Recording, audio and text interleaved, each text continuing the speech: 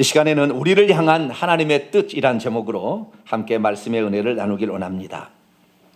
지난 한 주간 동안 우리는 특별 새벽 집회를 가졌습니다. 한 주 동안 새벽을 깨워 주 앞에 나와서 기도하고 말씀 듣고 그러다 보니 얼마나 뿌듯하고 또 감사한지 저는 개인적으로 너무나 즐거웠고 또 행복한 그런 시간이었습니다. 저도 그러는데 우리 주님은 얼마나 기뻐하셨을까. 아마 우리 소원, 우리 성도들이 알린 그 소원들을 하나님이 다 응답하여 주실 줄로 믿습니다. 한 주간을 하나님 말씀을 통하여 온전한 회개가 무엇이고 그리고 천국 복음이 무엇인지를 잘 정리할 수가 있었고, 그래서 이제는 우리가 하나님의 뜻과 합체가 되어 나갈 수 있게 되었다, 그런 생각이 들었습니다. 그래서 이제는 그 하나님의 뜻을 정리해 보고 하나님의 뜻과 어긋나게 했던 가르침들이 무엇이었는지를 살펴보면서 하나님의 뜻을 찾고 그리고 그 뜻에 가장 온전한 반응이 무엇인가, 이 부분에 관하여 오늘 함께 말씀을 나누고자 합니다.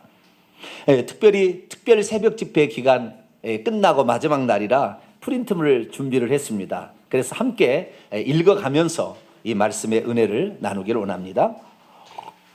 자, 들어가며 우리는 지난 이틀 동안 구원이 한순간이 아니라 일종의 과정인 것을 살펴보았습니다. 그래서 복음 전파를 위해서 예수님께서 특별히 세운 사도 바울도 구원을 하나의 경주라고 했으며, 히브리서 기자도 성도들은 쉽게 얽어매는 죄와 끝까지 싸우며 자신 앞에 당한 경주를 경주하라고 독려했습니다. 자, 빌립보서 3장 12절에서 14절이요. 내가 이미 얻었담도 아니요 온전히 이루었담도 아니라 오직 내가 그리스도 예수께 잡힌 바 된 그것을 잡으려고 달려가노라. 형제들아, 나는 아직 내가 잡은 줄로 여기지 아니하고 오직 한 일, 즉 뒤에 있는 것은 잊어버리고 앞에 있는 것을 잡으려고 표대를 향하여 그리스도 예수 안에서 하나님이 위에서 부르신 부름의 상을 위하여 달려가노라. 아멘. 히브리서 12장 1절이요. 이러므로 우리에게 구름같이 둘러싼 허다한 증인들이 있으니 모든 무거운 것과 얽매기 쉬운 죄를 벗어버리고 인내로서 우리 앞에 당한 경주를 하며, 아멘. 여기를 보세요. 신앙은 경주였어요.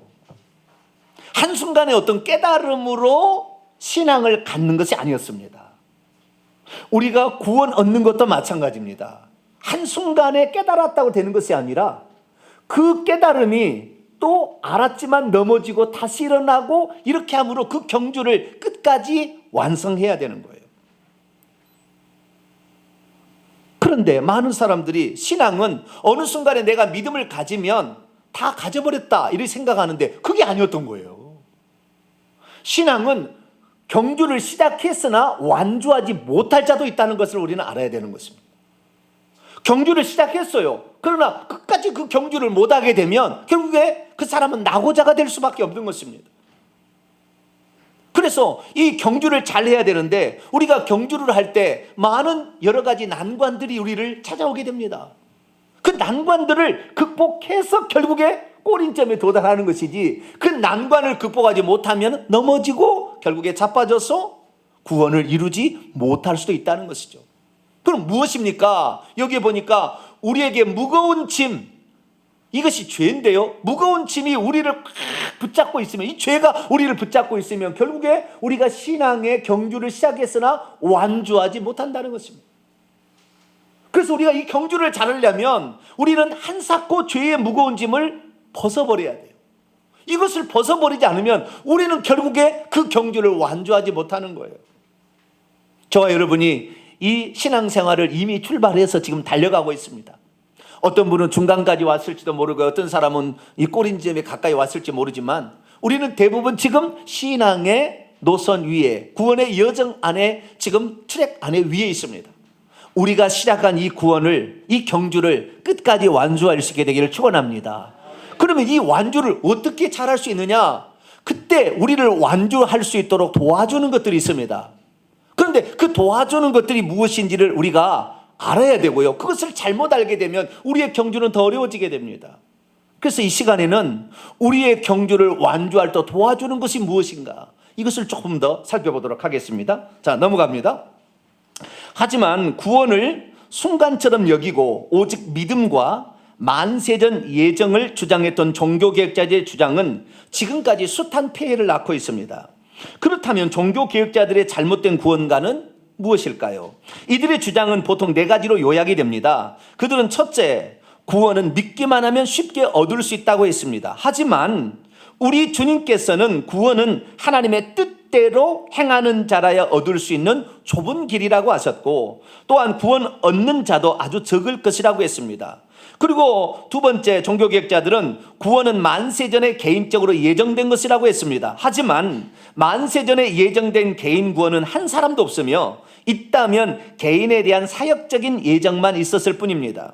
그리고 실제로 예정된 자란 누구든지 복음을 듣고 회개하여 예수님을 믿되 끝까지 믿음을 지키는 자를 가리키는 것이었습니다. 그리고 세 번째, 그들은 칭의는 오직 믿음으로 얻으며 그것이 곧 구원이라고 했지만, 칭의는 구원의 노정의 첫 시작에 불과한 것이며, 칭의 자체도 믿음만이 아니라 회개를 동반하는 것이었습니다. 그리고 종교개혁자들은 한 번 얻은 구원은 절대 잃어버릴 수 없다고 했습니다. 하지만 이미 칭의로 얻은 구원이라 할지라도 그 구원은 결코 안전하지 않으며 중도에 탈락할 수 있어서 죽는 날까지 두렵고 떨림으로 이뤄가야 한다고 말했습니다. 여기를 보세요. 이 종교개혁자들이 우리에게 많은 도움을 줬어요. 여러분, 이 공부하는 것이나 경주하는 것이나 이런 것들을요, 끝까지 잘해야 되는데요, 이 공부하는 것이나 경주하는 것에 도움을 받으려면 이거에 관하여 그 경주를 했던 사람들을 참고할 필요가 있다고요. 어떻게 해서 그 위기 난간을 극복했는가, 또한 무엇을 중심 잡고 가야 되는 것인가. 여러분, 공부를 잘하려면은 어느 정도 요령이 있어요. 저도 이 중학교, 고등학교 때까지는 그 요령에 대해서 잘 몰랐어요. 아는 것은 참고서를 딥다 파면 된다. 예? 여러 참고서, 그때 당시 완전정복, 필승 시리즈, 예? 동화 뭐 이런 게 있었잖아요. 이거 열심히 하면 된다 해서 이거 열심히 읽으면은 선생님이 그 중에서 한 문제를 내요, 보면은. 그래서 공부를 어느 정도 했는데 대학교 들어가니까 다르더라고요.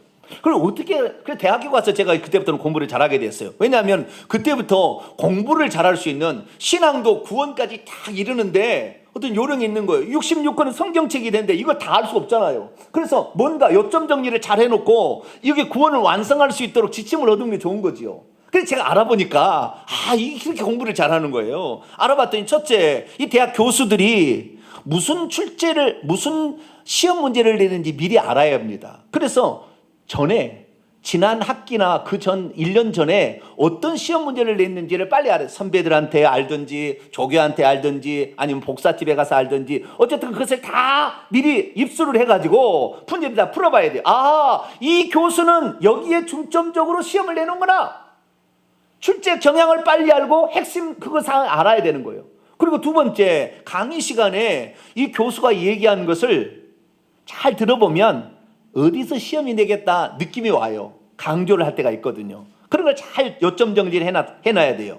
그래서 출제 경향을 알고 내가 열심히 수업 시간에 들었던 것을 가지고 그 다음에 이 많은 분량을 다 할 수는 없으니까 이 출제 경향과 그 다음에 요점 정리한 것을 바탕으로 그분이 시험을 6문제를 낸다 그러면 한 12문제 정도는 예상 문제를 딱 만들어야 돼요. 그래가지고 정리를 딱 해야 돼요. 정리를 노트에다가 내 말로 풀었어야 돼요. 왜? 그걸 나중에 풀어서 써야 되니까, 논술이니까. 그래서 요점 정리를 잘 합니다. 해가지고. 그런데 이게 또 많은 내용이니까 어려우니까 대가리만 잘 외워야 돼요. 대가리만 해가지고 잘 정리를 해야 돼요. 이렇게 해서 외워놓게 되면 대부분 거기서 시험이 나옵니다. 저는 그래서 이 장학금으로 다 대학원까지 다 나왔어요. 왜요? 공부하는 요령이 있더라고요. 그런데 그 사실을 제가 고등학교 때 잘 몰랐어요. 이렇게 공부하는 거구나. 그래서 우리가 이 성경을 알고 그리고 구원을 얻는데도 누군가의 요점 정리를 잘해주고 하는 사람의 도움을 받을 필요가 있죠. 그것을 우리는 종교개혁자들이라고 생각을 했습니다. 그리고 종교개혁자들을 따라서 가게 되면 우리가 구원을 받겠지 하고 종교개혁자들을 따라갔는데 종교개혁자들이 엄한 것을 가르쳐줬어요. 이것을 몰랐어요. 500년 동안 1517년에 얘기해서 지금 2017년이 500년이 되었는데 잘못 가르쳐준 거예요. 그들이 가르쳐준 건 딱 두 개입니다. 오직 믿음, 만세전 예정이에요. 이것이 루터와 칼빈이 주장한 것입니다. 그래서 이 오직 믿음이면 구원을 얻을 수 있고 만세전의 예정의 땅에서 구원을 얻는다 이렇게 가르쳐줬는데 그렇지 않았어요.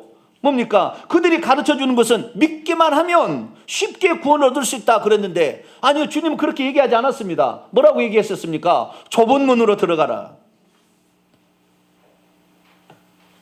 그 길은 넓어 멸망으로 인도하는 문은 그 길이 넓어 그리로 들어가는 자가 많지만 생명으로 인도하는 문은 좁고 길이 협착하여 찾는 이가 적다.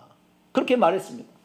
이 구원으로 믿기만 하면 되는 것이 아니고 이게 그리고 매우 어렵다는 것입니다. 뿐만 아닙니다. 마태복음 7장 21절에 하면 나더러 주여 주여 하는 자마다 천국에 들어갈 것이 아니요 내 아버지의 뜻대로 행하는 자에 들어가리라. 믿음만으로 들어가는 것이 아니었어요. 하나님의 뜻대로 행하는 것이 있었어요. 그렇기 때문에 구원 얻는 것은 결코 쉬운 일이 아니었습니다. 주님 말씀하셨습니다. 뭐라고 말씀하셨느냐? 얘들아, 하나님 나라에 들어가기가 얼마나 어려운 줄 아느냐? 낙타가 바늘기로 나가는 것이 부자가 하나님 나라에 들어가는 것보다 쉬우니라. 그리고 이 누가복음 12장 32절에도 적은 무리여 무서워 말라 하나님이 너희를 그 나라에 주기를 원했다. 그러나 결국 적은 무리가 그 나라에 들어간다는 것입니다. 그런데 종교개혁자들은 오직 믿음을 얘기하므로 누구든지 쉽게 천국에 들어간다고 했는데 아니에요. 들어가는 문은 넓습니다. 누구든지 오라고 그랬으니까. 그러나 나중에 꼬린 지점에 도착했을 때에 그 문을 통과할 자는 몇 명이 안 되는 거예요. 어렵다는 것을 알았어야 된다. 그런데 그렇게 안 가르쳐주고 쉽다고 가르쳐줘 버렸다는 거예요. 이것이 잘못된 거예요. 두 번째는 만세전에 하나님께서는 아무개 개인을 구원하려고 예정해 놓았다고 가르쳐줬어요. 그러나 성경 어디를 보더라도 하나님께서 만세전에 홍길동이라는 이 사람을 구원한다고 예정한 부분이 성경에 한 사람도 안 나와요. 그럼 뭐가 나옵니까? 만세전에 하나님께서 이 세상의 그를 어떻게 쓰실 것인가에 관하여만 예정되어 있습니다. 그러니까 내가 어떠한 사람으로 쓰여질 것인지에 관하여 예정된 거. 저도 제가 목회자로 쓰임받을 줄은 몰랐어요. 느낌은 좀 있었습니다. 그러나 제가 예수 그리스도를 고등학교 2학년 때 믿었기 때문에 우리 가문은 예수 믿는 가문이 아니기 때문에 제가 목회자가 될 줄 생각지도 못했어요. 그런데 하나님께서 나중에 점점 가르쳐 주시더라고요. 너를 이런 용도로 쓰시겠다. 구약에 보면 예레미야라는 선지자가 있어요. 그 예레미야 선지자가 언제부터 이 예레미야로 쓰임받기로 결정되었느냐? 성경은 이렇게 말합니다. 내가 너를 모태에 짓기 전부터 너를 이미 알았었고 내가 배에서 나오기 전에 너를 성별하였고 너를 여러 나라의 선지자로 세웠다. 하나님은 만세 전부터 우리를 어떤 용도로 쓰실 것인가를 하나님이 계획해 놓은 것은 있습니다. 그런데 그 용도가 어떤 사람은 5달란트 큰 사람도 있고 1달란트 적은 사람도 있긴 있어요. 차이가 있지만 하나님이 그렇게 했다는 거예요. 사도 바울도 자기가 다메섹 도상에서 예수님을 만나고 보니까 자기를 향한 하나님의 계획이 있었다는 걸 알게 됐다는 거예요. 그래서 갈라디아서 이렇게 말합니다. 내 어머니의 태로부터 나를 택하시고 그 은혜로 나를 부르시니가 나를 이방에게 전하기 위해서 그분을 나에게 나타내시기를 기뻐하셨다. 아나니아는 이 다메섹 도상에서 변화받은 그 사울이 나중에 바울로서 어떻게 쓰임받을 것인가를 하나님께서 가르쳐준 예정에 따라 알게 되었어요. 그게 뭐였습니까? 사도행전 9장 15절에 보면 이 바울은 내 이름을 이방인과 임금들과 이스라엘 자손에게 전하기 위한 나의 택한 그릇이라.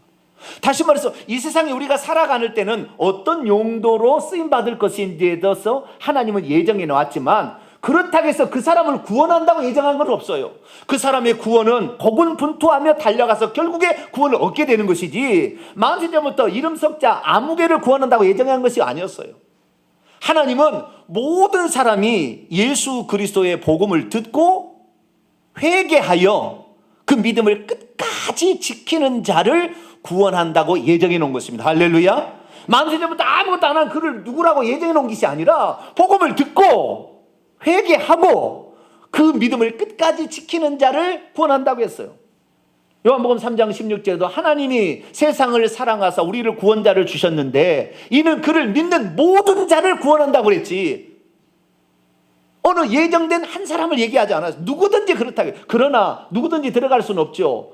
그 믿음을 끝까지 지키고 견뎌내야 결국에 구원을 얻는다, 그렇게 말했다는 것입니다. 그렇기 때문에 우리는 예수 그리스도를 믿으면서 그분의 음성을 늘 듣고 그분이 가는 곳으로 늘 따라가야 합니다. 그래서 끝까지 그분을 따라가는 자가 결국에 구원으로 예정되어서 예정받은 자가 되어서 결혼의 이 구원의 꼴이 날 수가 있는 것이죠. 여러분은 그런 자가 되기를 축원합니다. 그래서 만세전에 개인적으로 예정됐다는 말은 틀린 거였어요. 뿐만 아니라 칭의가 곧 구원이라고 그들은 주장했는데 아닙니다. 칭의는 구원을 얻기 위해서 처음으로 자격을 얻는 거예요. 그래서 구원의 노정에 첫 출발하는 것입니다. 다시 말해서 우리가 선수로 선발되어서 이제 유니폼을 입고 구원을 향하여 딱 출발하는 것을 칭의라고 그러는 것입니다. 그래서 이 의롭다함을 얻은 것이 구원의 끝이 아니고 이제 출발하는 자격, 이 선수의 자격을 얻은 것입니다. 그러면 열심히 달려가야죠. 세찬 비바람이 몰려오고 앞사람이 나를 방해하고 때로는 지나가다가 달려가다가 가시에 밟혀도 비가 흘려도 그 목표 지점을 향하여 그 훈련했던 모든 것을 견디며 인내며 달려가야 되는 것이죠. 그래서 결국에 구원을 얻게 되는 것입니다. 뿐만 아니라 그 칭의라는 것을 얻는 것도 단지 믿음만이 아니었어요. 몇 주 동안에 우리가 살펴봤습니다만 누가복음 18장에 바리새인과 세리의 기도를 들어보면 그 세리가 의롭다함을 받고 먼저 들어갔는데 그 세리는 자기가 죄인 줄 알았어요. 그래서 감히 하나님 앞에 가서 얼굴도 못 쳐들고 자기 가슴을 치며 주여 나를 불쌍히 여기소서 나는 죄인입니다. 다시 말해서 회개가 동반되는 것이었어요. 칭의를 얻는 것이 그냥 믿음만, 나는 예수님을 하나님의 아들로 믿습니다, 나의 죄를 위해서 십자가에 죽은 줄 믿습니다, 그렇게 해서 얻은 게 아니라 정말 자신이 죄인인데 예수 그리스도의 속죄 아니면 나는 구원받을 수 없으니 당신이 나의 죄를 용서해 달라고 그렇게 간절히 호소하는 자에게 하나님이 의롭다함을 주는 것이지, 그런 것도 없이 달랑 믿었다고 지적인 동의로 우리가 구원을 받은 게 아니었어요. 그래서 이것도 칭의라는 것도 아니었습니다. 마지막으로 한 번 구원 얻은 것은 잃어버릴 수 없다고 했는데 그것도 아니었어요. 우리의 구원은 중간에 여러 많은 난관들이 있습니다. 그래서 수많은 사람들이 거기를 가다가 떨어지고 맙니다. 너무 많이 죄를 지어도 중간에 떨어져요. 히브리서 기자는 이렇게 말합니다. 한 번 빛을 받고 하늘의 은사를 맛보고 성령에 참여한 바 되고 하나님의 선한 말씀과 내세의 능력을 맛보고도 타락한 자들은 다시 새롭게 하여 회개케 할 수 없으니 그 마지막은 불사람이 될 것이다. 그렇게 말했습니다. 우리의 구원은 안전하지 않습니다. 우리는 오늘도 날마다 죄와 싸우고 고난과 핍박을 견뎌내면서 또 내 육체를 복종시키면서 하나님이 위에서 부르신 그 구원과 부름의 상을 향하여 오늘도 쫓아가야 되는 것이에요. 자, 성경 말씀 우리 같이 한번 읽어볼까요? 히브리서 4장 1절 말씀 한번 읽어볼까요? 시작. 그러므로 우리는 두려워할지니 그의 안식에 들어갈 약속이 남아있을지라도 너희 중에는 혹 이르지 못할 자가 있을까 함이라. 아멘. 하나님의 나라에 들어가는데 광야에 나왔다 해서 완성된 게 아니라 가나안 땅에 들어가는데 이르지 거기에 도달하지 못할 자가 있다라는 것입니다. 그것은 누가 될지 몰라요. 어느 순간에 우리는 넘어질지 모릅니다. 그래서 날마다 우리는 회개하는 수밖에 없고 또한 고난과 싸우면서 이렇게 나가야 되는 것입니다. 여러분은 그 꼬린 지점의 경주에서 꼭 꼬린 지점을 통과하는 그런 사람이 되기를 축원합니다. 자, 그러면 어떻게 하면 그 꼬린 지점까지 통과할 수 있을까요? 자, 2번입니다. 천국 가진 신앙이란 어떤 것일까요? 그렇다면 우리 주님께서 가르쳐준 구원관, 즉 천국 가는 신앙이란 대체 어떤 것일까요? 우리가 구원의 노정에서 탈락하지 아니하고 천국에 입성하기 위해서는 과연 무엇이 필요할까요? 적어도 우리에게는 두 가지가 있어야 합니다. 첫째, 주님의 속죄에 대한 유일한 믿음을 가져야 할 뿐만 아니라 죽는 그날까지 회개를 지속해야 합니다. 그것은 그 누구도 아닌 우리 주님께서 직접적으로 가르쳐 준 것입니다. 하지만 안타깝게도 사도 바울은 믿음 이후 성령의 인도에 대해서는 강조했지만 회개의 중요성에 대해서는 강조하지 못했습니다. 그는 정말로 성령의 인도함과 더불어 회개의 중요성을 더 강조해야 했습니다. 하지만 왜냐하면 인간에게는 자유의지가 있어서 성령의 인도함 받는 것을 거부할 수 있기 때문입니다. 사도 바울은 성령과 육체의 싸움에 대해서 아주 잘 알려주었지만 회개가 구원의 필수적인 요소라는 사실을 언급하지는 못했습니다. 또한 더불어 안타까운 것은 종교개혁자들도 오직 믿음과 예정을 강조했을 뿐 회개의 중요성을 강조하지 못했다는 사실입니다. 여기를 보세요. 구원의 방법은 바울이 가르쳐줬다고 그거 따라가는 것이 아니고, 루터가 가르쳐줬다고 그거 따라가는 게 아니고, 목사가 가르쳐줬다고 그거 따라가는 게 아니라 예수님이 가르쳐준 것을 따라가야 합니다. 할렐루야. 예수님이 뭐라고 얘기했는지를 주의해야 되는 거예요. 우리의 구원이 죽어야 비로소 완성되기 때문에 이 땅에서 우리가 시험 칠 때는 누구의 도움을 받을 수가 있어요. 그런데 그 도움이 진짜 도움인지는 결과가 나와버리니까, 성적표가 나오니까 이것이 맞다 하지만 구원이 진짜 들어갔는지 안 들어갔는지 잘 모르잖아요. 내가 죽어봐야 아는 거니까. 그래서 많은 사람이 종교개혁자, 위대한 종교개혁자가 이렇게 얘기했고 신약성경을 13권을 썼던 사도 바울이 이렇게 했으니까 이것이 맞겠지, 그리고 따라갔다 이 말이에요.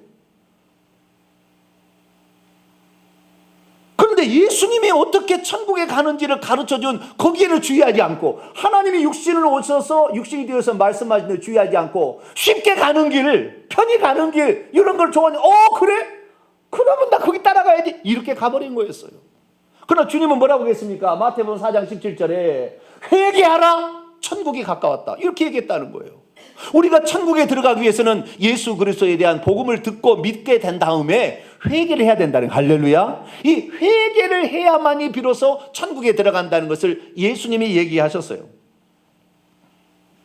그런데 사도 바울은 이 예수 그리스도를 믿고 그 다음에 성령의 인도를 잘 따라가면 천국에 들어갈 수 있다라고 얘기를 했어요. 그래서 갈라디아서 이런 말씀을 했죠. 내가 너희에게 이르노니 성령을 좇아 행하라, 그리하면 육체의 욕심을 이루지 아니하리라. 성령의 소욕과 육체의 소욕이 서로 싸우지만 서로 대적하여 서로 이기려고 한다는 거예요.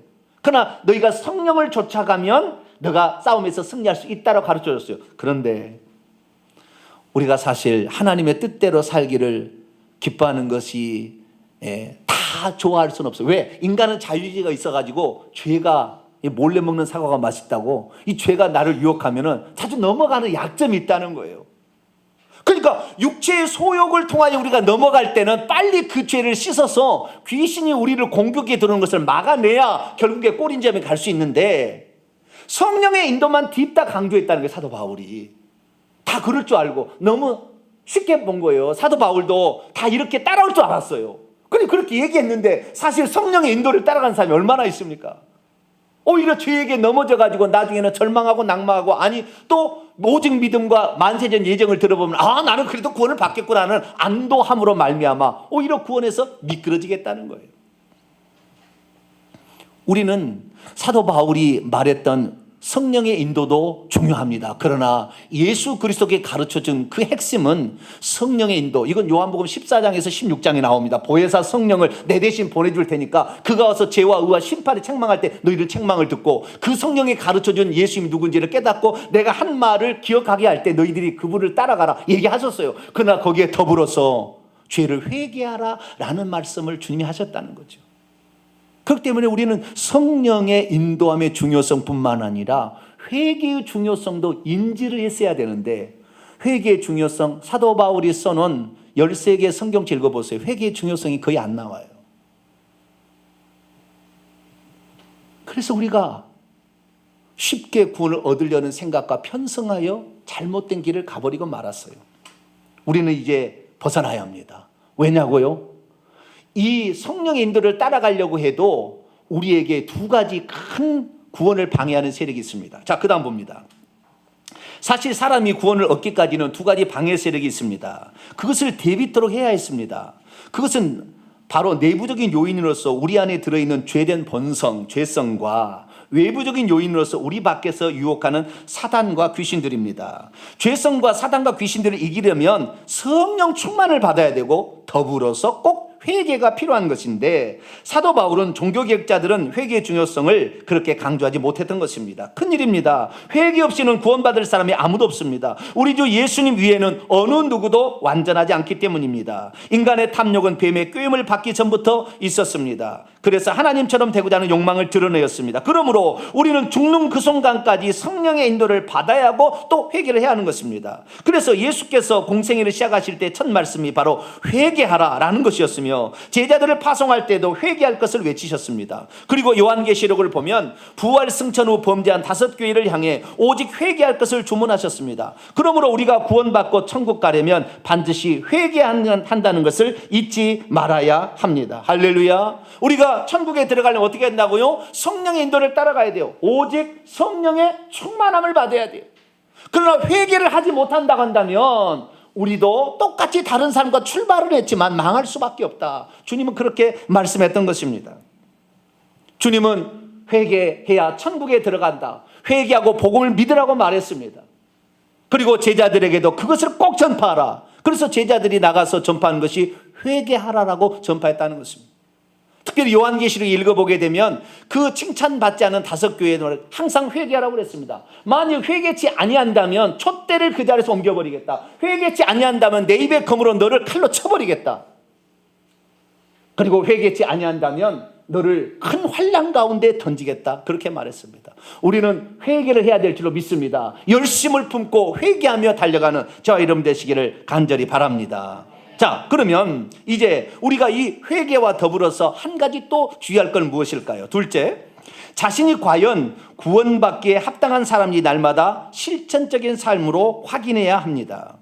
사실 행함의 열매는 구원을 얻기 위한 필수적인 요소는 아닙니다. 하지만 심판의 기준은 우리의 믿음이 아니라 우리의 행위의 열매인 것을 기억해야 합니다.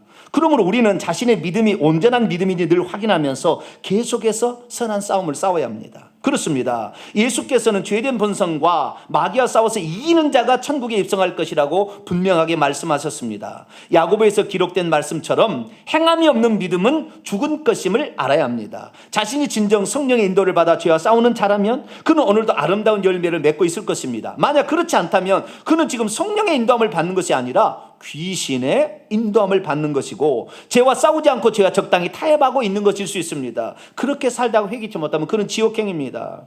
자, 우리가 구원 얻기에 합당한 사람인가? 그것은 우리가 예수 그리스도를 믿고도 성령의 인도를 따라야 된과 동시에 회개를 한다는 것이 중요하다는 걸 말씀드렸습니다. 또 하나는 뭐냐? 나의 삶에 그렇게 되면 성령의 인도를 따라가고 죄를 자꾸 회개를 해서 씻어내고 성령의 인도를 따라가면 열매를 맺는다는 거예요. 할렐루야. 그 열매가 맺혀지게 되면 내가 지금 제대로 된 성령을 따라가고 있는 거예요.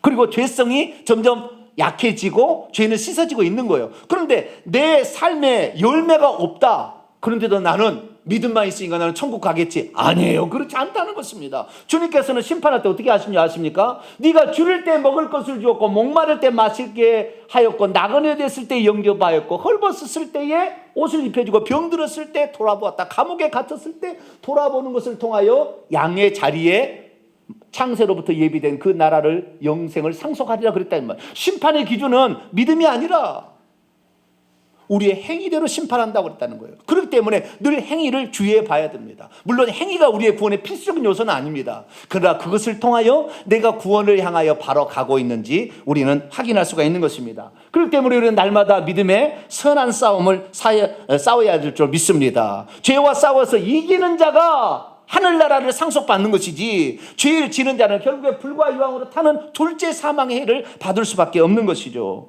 그래서 야고보는 말했습니다. 믿음이 있다고 하면서 행함이 없는 것은 죽은 것이다. 그것이 너를 구원하겠느냐? 우리는 오늘도 행함으로 내 믿음이 뒤따라오는지를 확인하면서 구원을 향하여 열심히 경주하게 되기를 축원합니다. 자, 세 번째입니다. 주 예수님과 교회를 위해 우리가 해야 될 일. 잠깐 우리가 여기서 구원의 순서를 좀 살펴보십시다. 사람은 영과 혼과 육으로 구성되어 있습니다. 우리가 회개하고 예수 그리스도를 믿으면 어떤 일이 날까요? 먼저는 죄사함이 일어나고 거듭남이 일어나게 되고 그 뒤로 칭의가 선물로 주어집니다. 그런데 이런 것들은 다 영의 영역에서 일어나는 일들입니다. 그 다음에는 혼의 영역에서 구원이 일어나게 되죠. 내 생각이 주님의 생각으로 바뀌고 내 마음이 주님을 사랑하게 되며 내 의지와 결단이 주님의 뜻에 순복하게 됩니다. 그리고 최종적으로 우리는 육체로부터 구원을 받아 천국에 들어가게 됩니다. 여기를 보세요. 사람이 구원받는 순서를 보니까 사람이 어떻게 돼요? 영혼육으로 돼 있다고 했잖아요. 사람이 영과 혼과 육이 다 구원을 받아야 돼요. 그런데 순서를 보니까 먼저 영이 구원을 받는다는 거예요. 영이 예수 그리스도를 믿고 죄사함을 먼저 받게 됩니다. 예수 그리스도 회개하고 예수 그리스도를 믿게 되면 죄사함을 받는 것입니다. 그리고 두 번째로 이 거듭남이 되어서 하나님 나라에 들어가는 거듭나게 되는 것이에요.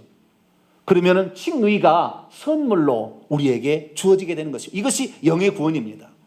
그런데 그 영의 구원을 지나서 그 다음 단계 가면은 이제 혼, 생각과 감정과 의지가 구원을 받게 되는 거예요. 내 생각이 잘못된 생각을 버리고 주님의 생각으로 바꾸고 주님을 더 감정적으로 사랑하게 되고 그리고 내 의지로 내 육체를 척폭정시켜 주님의 뜻을 따라간다는 거예요. 그래서 나중에 죽을 때 육체를 벗고 구원을 얻는 거예요. 그러니까 영, 혼, 육으로 구원이 얻어간다는 거예요. 그런데 보세요. 그 다음에 그런데 이때 하나님께서 영혼이 구원을 얻은 자에게 주시는 축복이 있다는 것입니다.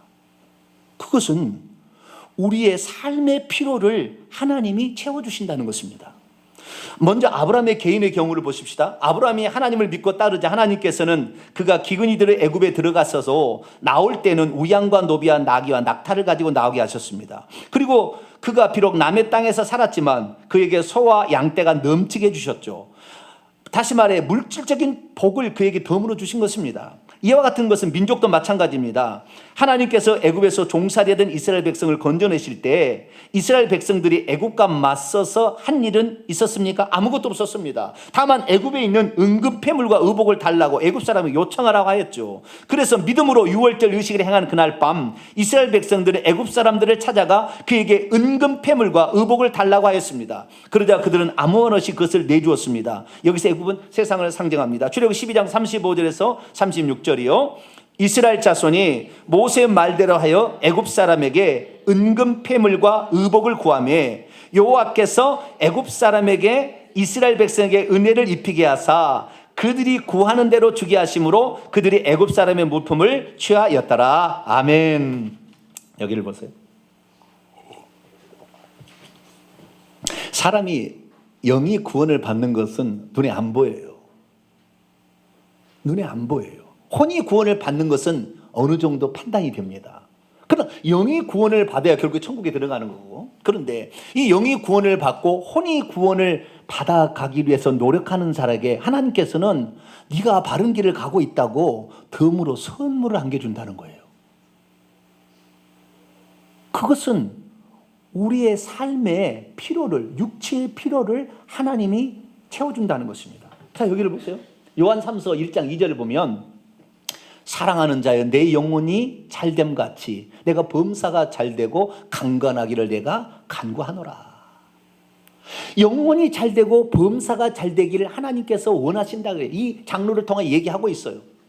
그리고 빌립보 4장 19절 보면 나의 하나님이 그리스도 예수 안에서 영광 가운데 그 풍성한 대로 너희에게 쓸 것을 공급해 주신다. 이렇게 하나님은 약속하고 있는 것입니다. 할렐루야.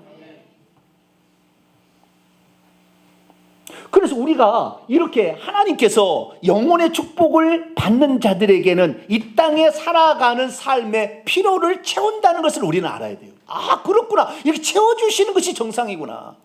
그래서 아브라함의 예를 보면은 아브라함이 어떻게 했어요? 아브라함이 하나님의 말씀을 따라 순종해 나왔더니 기근이 들었어요. 그러자 애굽에 들어갔는데 하나님 저기에 나올 때는 애굽에 있는 모든 소와 양과 뭐 이런 것을 다 가지고 나올 수 있도록 배려해 주었습니다. 그래서 아브라함이 양과 소와 노비와 나귀와 낙타를 얻어서 나왔다니까요. 그리고 남의 땅에 가서 살았어요. 가나안 땅 아직 그 선물을 안 줬잖아요. 남의 땅에서 살았으나 얼마나 소떼와 양떼가 많아진지 조카 롯과 함께 같이 살 수 없을 정도로 소떼 양떼가 많아진 거예요. 이것이 그래서 하나님의 말씀을 따라 순종하며 그 구원을 이루어가는 사람에게 주시는 축복이 있다는 겁니다. 할렐루야. 이스라엘 민족도 마찬가지였어요. 이스라엘 민족이 애굽에서 구출해 나오게 될 때에 광야에 농사 지을 수 있어요? 어디 가서 의복을, 나무가 있어야 무슨 풀을 갖다가 엮어서 옷을 만들죠. 옷을 만들 수 있는 재료가 있어요, 광야에? 뭐 은근패물, 광산이 뭐 광야에 있습니까? 없잖아요. 그러니까 하나님께서는 애굽 땅에서 이스라엘 백성을 이끌어 나오실 때 너희들의 필요를 가지고 와라. 그래가지고 오직 한 가지 하라는 거예요. 애굽 사람이 가서 은근패물을 주라고 해라 했다는 거예요. 그들이 줄까요? 우리는 종이고 그들은 주인인데. 아니 그래도 해봐라. 그랬더니 다 늦었대요. 왜? 너희들 때문에 우리가 망하게 생겼으니 빨리 갖고 가라 이거예요. 근데 늦었다는 거예요. 그런데 애굽은 뭐라냐? 애굽은 세상을 상징합니다. 우리가 구원 얻을 자로 믿음의 행진을 감당하게 된다면 세상의 물질을 우리에게 뒤따라오게 돼 있다는 거예요. 할렐루야. 이게 뒤따라오게 돼 있다는 거예요. 여러분, 그래서 온전한 믿음으로 하나님 나라를 향해 가는 여러분들에게 하나님은 모든 쓸 것을 채울 걸로 믿으시기 바랍니다. 반드시 그것을 준다고 하나님이 약속을 개인적으로 민족적으로 해놨다는 거예요. 여러분 기대하시게 되기를 축원합니다. 자, 그러면 그렇게 주는 이유를 뭐일까요? 마지막입니다. 그렇다면 하나님께서 은근패물과 의복을 왜 이스라엘 백성에게 취하게 하셨을까요? 그것은 속죄 제사를 통해 죄사함을 받게 하고 하나님과 만날 수 있는 장소 성막을 건축하는 재료로 쓰기 위함입니다. 그렇습니다. 영혼의 구원을 받은 자에게 하나님께서 물질을 주시는 목적이 있습니다. 거꾸로 생각하면 세상에 물질이 존재하는 목적은 바로 칭의로 구원을 받아 천국으로 행진하는 사람들로 하여금 그것을 차지하여 하나님과 교회를 위해 사용하게 함인 것입니다. 여기서 건축할 성막은 1차적으로는 그리스도를 상징하고 이어서 2차적으로는 교회를 상징합니다. 그렇습니다. 물질은 그리스도와 교회를 위하여 곧 이 온 세상에 천국 복음을 전파하기 위하여 존재하는 것입니다. 그러므로 세상에 있는 물질을 그리스도와 복음 전파를 위해 쓰는 것은 결코 허비가 아닙니다. 가장 값진 일입니다. 그것은 하나님의 소원을 이루어드는 일이기 때문이죠. 여기를 보세요. 이스라엘 백성들에게 하나님께서는 애굽의 은근패물 세상에 있는 걸 다 끌어다가 줬어요. 그래서 전부 그냥 하나를 안고 나온 거예요. 그런데 광야가 무슨 문화를 즐기만 은근패물을 달고 다니면은 뭐 좋아하는 무슨 뭡니까 뭐 번화가가 있습니까 거기에? 없어요. 그 치장할 이유가 없다고요. 그런데도 하나님 그걸 주신 거예요. 그럼 먹을 거 뭐냐? 하늘에서 만나 내리고 메추라기도 갖다 주고 그리고 물도 막 반석에서 나오게 해서 먹을 거 그냥 살게 했어요. 아무 문제 없어요. 광야는 뭐 그런 게 없었지만 하나님이 다 주시는 거예요. 할렐루야. 그럼 은근패물 이 귀한 것은 뭐하라고 하나님 줬을까? 찬찬히 봤더니 하나님의 성막을 짓는데 의복을 그 받은 것을 실을 풀어서 성막의 휘장을 짰는 거예요. 성막에 거기에 있는 재료로 금을 녹여가지고 그 성막의 기구를 덮는 거예요. 은을 고리로 만들고 막 이렇게 하는 거예요. 동으로 번제단을 만드는 거예요. 그래서 이 성막을 위해서 그 성막이 뭡니까? 사람이 와서 죄사함을 받고 하나님을 만나는 장소입니다. 자, 출애굽기 25장을 봅니다. 거기서 이 성막입니다. 성막에서 지성소에서 내가 너와 만나고 속죄소 죄를 사함받는 장소인데 여기에서 내가 너에게 말하리라. 뭐하러 하나님께서 우리에게 은근패물과 재물과 의복들을 주셨는가 찬찬히 봤더니 하나님과 만날 장소 성막을 지으라고 한 거예요. 그러니 광야에 나왔으니까 쓸 데가 있어야죠. 유흥가가 있어야죠. 쓸 데가 있는데 쓸 데가 없잖아요. 그런데 나중에 하나님께서 너희들이 죄사함을 받을 수 있는 장소, 너희들이 나에게 나와서 나를 만날 수 있는 장소를 만들어라. 아무렴요 드리다마다요. 그리고 드렸더니 너무 많이 가져와서 모세가 그만 가져와라. 너무 많이 가져오니까. 그럼 성막은 뭘 상징합니까? 하나님이 임재하시는 장소 아니에요? 근데 예수님께서 이 땅에 오셨을 때 그랬어요. 하나님이 어디 계시느냐? 나를 본 것은 아버지를 본 것이다. 내 안에 아버지가 있다. 그러니 결국에 예수님의 몸이 뭐예요? 예수님의 몸이 성전이에요. 하나님이 계시는 장소. 죄사함을 받을 수 있는 장소였어요. 그 예수님께서 이제 죽고 부활 승천하셔서 성령을 보내주셨습니다. 그럼 어떻게 됩니까? 하나님의 성령을 모신 우리 교회가 결국에 하나님의 성전인 거예요. 할렐루야. 그래서 고린도서 3장 16절에 너희가 하나님의 성전인 것과 하나님의 성령이 너희 안에 거하시는 것을 알지 못하느냐. 하나님 왜 물질을 주었냐? 그리스도를 위하여 그의 몸된 교회를 세우라고 이것을 준다는 거예요. 이것을 아는 자가 결국에 그 물질로 천국에 들어가는데, 이 사실을 모르고 물질의 축복을 받으면 부자가 천국에 들어가가 하늘의 별 따기가 어렵게 돼버리는 거예요. 여러분들, 물질을 어디에다가 하나님이 쓰라고 존재를 정확히 알고 하나님께 간구하시면 여러분 물 붓듯이 하나님이 부어줍니다. 그것은 하나님이 약속한 것입니다. 오늘 본문 말씀이 그 사실을 말해줍니다. 이 예화를 통하여 우리가 말씀을 정리하고자 합니다. 오늘 말씀을 살펴보십시다. 한 여인이 자신의 비싼 옥합을 깨뜨려 예수님께 향유를 부어드렸습니다. 그러자 가룟 유다가 그만 화를 내었습니다. 왜 향유를 허비하는가 하고 말이죠. 하지만 주님께서는 그 여자가 주님께 아주 좋은 일을 하였다고 칭찬하였습니다. 이것은 무엇을 말해줍니까? 자신의 옥합을 주님과 주의 몸된 교회를 위해 깨뜨리는 것은 결코 허비가 아니라는 것입니다.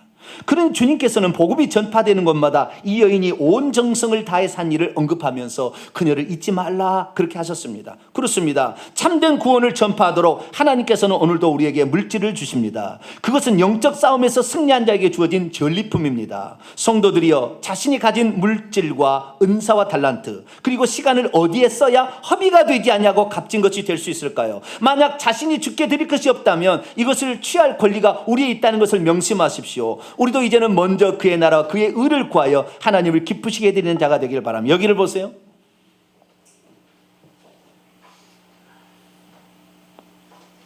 하나님께서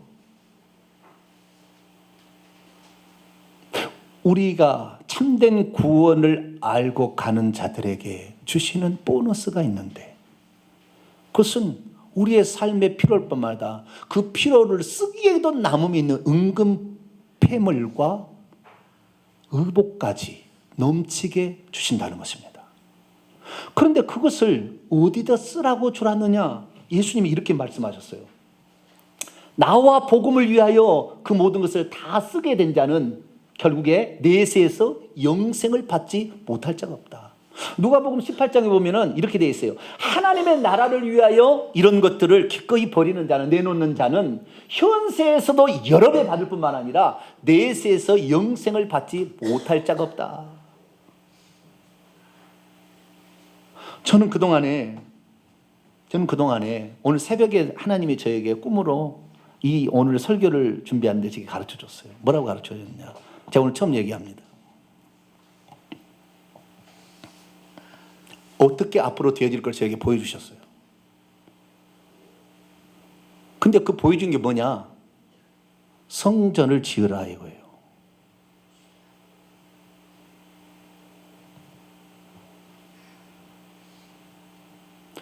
너희들이 이 세상에서 사도 바울과 종교 개혁자들보다 더 뛰어난 나의 뜻을 너에게 알려주었는데, 이 뜻을 다른 사람이 알도록 해야 되는데 네 교회 성전이 적다고, 좁은 개척교회라고, 또는 이런 상가 있다고 무시하지 않느냐.